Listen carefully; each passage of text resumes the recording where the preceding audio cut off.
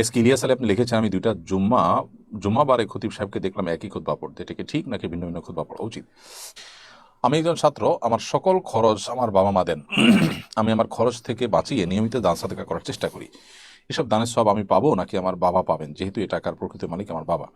সম্প্রতি সাতক্ষীরায় মাহফিলে এক বক্তাকে হেনস্থা করা হয়েছে। এই ঘটনার প্রতিবাদে বেশ কিছু বক্তাকে ঘোষণা দিয়ে সাতক্ষীরা সব মাহফিল ক্যান্সেল করে দেন। একজন ভুলের দায়ে পুরো অঞ্চলে ঘাড়ে চাপিয়ে মাহফিল ক্যান্সেল করা উচিত কিনা? না, এটা তো আমি সঠিক কাজ মনে করি না যে কোনো একটা মাহফিলের আয়োজক তাদের কোনো আচরণের কারণে পুরো জেলার মানুষের মাহফিল ক্যান্সেল করে দেওয়া উচিত। আর সেই সাথে বক্তাদেরও শুধুমাত্র আল্লাহকে সন্তুষ্ট করার জন্য মাহফিল করা উচিত। পার্থিব কোনো উদ্দেশ্য তাদের মাথায় থাকা উচিত নয়।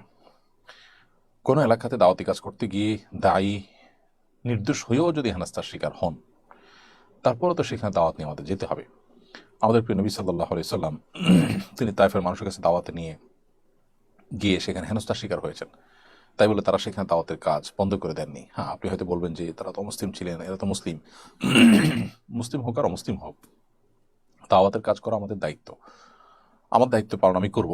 সেখানে বাধা যদি আসে, সে বাধা ডিঙ্গিয়েও আমাকে করতে হবে। এটা হলো সঠিকতা, এটা হলো আমি মনে করি যে আমাদের দায়িত্ববোধের ব্যাপার। এসকে ইলিয়াস আলী আপনি লিখেছেন, আমি দুইটা জুম্মাবারে খতিব সাহেবকে দেখলাম একই খুতবা পড়তে, এটা কি ঠিক নাকি ভিন্ন ভিন্ন খুতবা পড়া উচিত?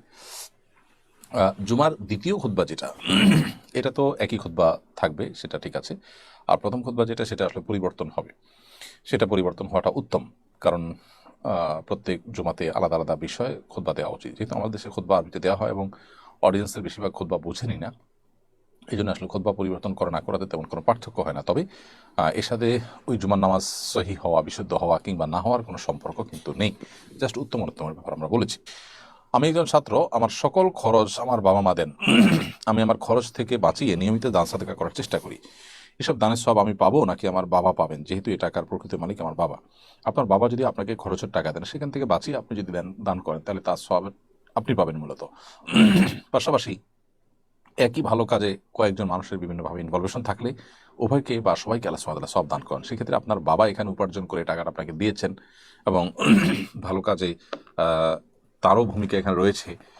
তিনি উপার্জন করেছেন বিধায় আপনি দিতে পেরেছেন। এইসব কারণে তিনিও আল্লাহ সুবহানাহু ওয়া তাআলার কাছে আজর পাবেন ইনশাআল্লাহু তাআলা।